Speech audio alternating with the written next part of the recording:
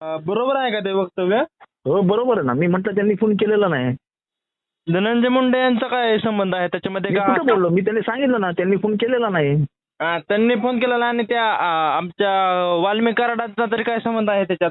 त्यांच्यावर खंडणीचा गुन्हा दाखल आहे ना. अहो संत वाल्मिकी येतो.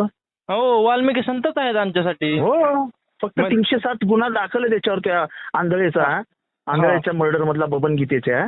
त्याच्यात अरेस्ट झालेला नाही, बस तेवढंच. कायदेशीर प्रॉब्लेम त्यांच्यावरती या मस्ताजोगचा ज्या सरपंचाचा खून झाला त्यांचा आणि त्यांचा काय संबंध आहे? ना, त्यांचा आणि साठेचा पण संबंध नाही, त्यांचा आणि गुलेचा पण संबंध नाही, त्यांचा आणि त्या खंडणीचा पण संबंध नाही, त्यांचा आणि त्या शिंदे नावाच्या अधिकाऱ्याचा फोनचा पण संबंध नाही. 2 महिन्यापूर्वी त्यांच्यावर खंडणीचा गुन्हा दाखल झालेला होता त्या केसमध्ये, त्याचाही काही संबंध नाही. तर त्याला काय करायचं आम्ही? संबंध आहे त्याची चौकशी पोलीस करतायत ना, पण त्यांचा खुनाशी काय संबंध आहे? का एखाद्याचा फोटो कोणासोबत जरी असला म्हणजे तो गुन्हेगार झाला? का धनंजय मुंडेची मंत्रिपदावर हकालपट्टी? धनंजय मुंडेंचा खुनाशी काही संबंध नाही. धनंजय मुंडेंची हकालपट्टी करा, कारण त्यांचे फोटो यांच्यासोबत आहेत. मग असं कुठं असतं का? मग धनंजय मुंडे ते स्वतः माझं आणि यांचे जिव्हाळ्याचे संबंध आहेत. हा, मग जिव्हाळ्याचा वाल्मिकांनाचा संबंध त्या ह्याच्यामध्ये येतो का कुठे खुनाबद्दल? वाल्मिकांना संत आहे असं आम्ही महाराष्ट्राला समजवतो आहोत की वाल्मिकांना संत माणूस नाही. संत माणूस तर नाहीच, कुठे शोधूनही सापडणार नाही. नाही, ते आम्हाला शोधायचं पण नाही, पण वाल्मिकांमध्ये आम्हाला संत दिसायला लागले आता. हो, संत वाल्मिकी, त्याच्यानंतर संत वाल्मिक कराड आणि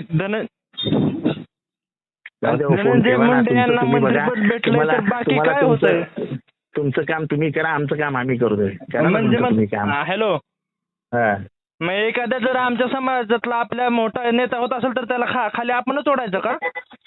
हो बरोबर आहे. ते तुम्ही तुमच्या नेत्याला पण समजवा की दुसऱ्याच्या मतदारसंघात जाऊन त्याची टिंगलटवाळी करायची नसते.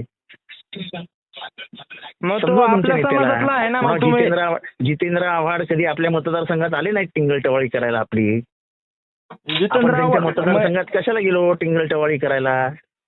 तुम्ही तर गेलात ना आता टिंगलटवाळी करायला, त्यांना मंत्रिपदावर हकालपट्टी करा म्हणतात. हा, पण मला पाडायला आलेले ना तुमचे धनंजय मुंडे माझ्या विरोधात प्रचार करायला. मग याचा काय संबंध आहे का? प्रूफ आहे का तुमच्याकडे? तुम्हाला असं वाईट वाटतंय की तुम्ही धनंजय मुंडे बद्दल का बोलता, तर त्यांना विचारा तुम्ही कशाला गेले जितेंद्र आव्हाडांविरुद्ध बोलायला. ते पण विंजरीत आहेत, ते कधीच येत नाही बीडमध्ये.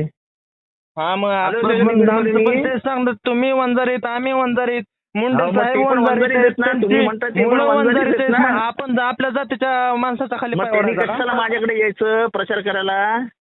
ते म्हणले का किंवा तुमच्यावर असे आरोप आहेत, तुम्हाला आतमध्ये टाका किंवा मंत्रिपदावर हकालपट्टी करा? नाही, ते म्हणायची गरज नाही ना. याला प्रचंड मतांनी हरवा. मग तसं त्या विधानसभेवर यायचं ना तुम्ही परळीमध्ये आणि सांगायचं यांना हरवा म्हणून. आता काय बिनबुडाचे आरोप सुरू आहेत? कशाला? तुमच्या माणसाने आरोप केले माझ्यावर की माझे पाय धरलेले, माझ्या इकडे येऊन रडत होता. मग त्याची उत्तरं मिळतात अशी संधी. विधानसभेत येऊनच सांगायचं ना, परळीमध्ये सभा लावायची ना. मी विधानसभेत येऊनच बोललो.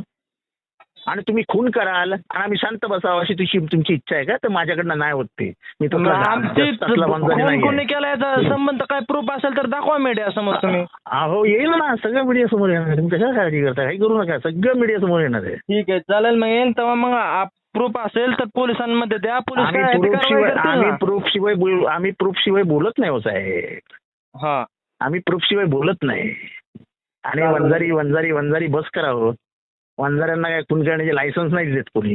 लायसन्स मी माझ्या जातीसाठी मी कट्टरच राहणार आहे, तुमच्यासारखा फितूर होणार नाही. जातीसाठी कट्टर राहा, मी माणुसकीसाठी कट्टर राहतो. ठीक आहे, तुमच्या जातीसाठी राहा.